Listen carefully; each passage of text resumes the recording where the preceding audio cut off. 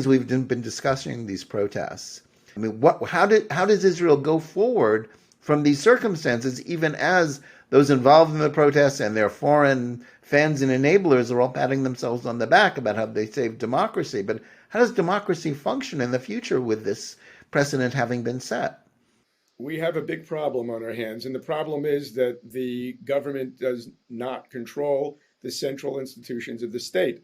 So if we've got a situation here where pilots can say we're just not showing up for reserve duty, and other soldiers in other units say, yeah, we're not going to show up for reserve duty, well then you don't have an army, right? I mean, if insubordination goes unpunished, then you don't actually have an army, right?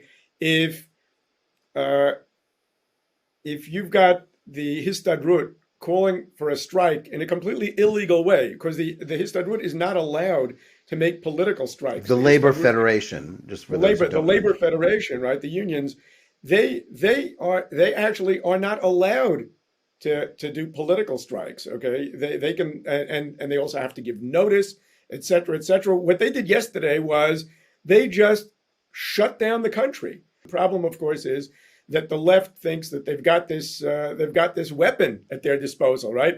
If they don't get their way, they can always shut the country down. If the unions are completely lawless, and if the government is not controlling the army, then we don't really have a functioning country. And what we need to do now, way more important than judicial reform, is get the institutions of this country under control.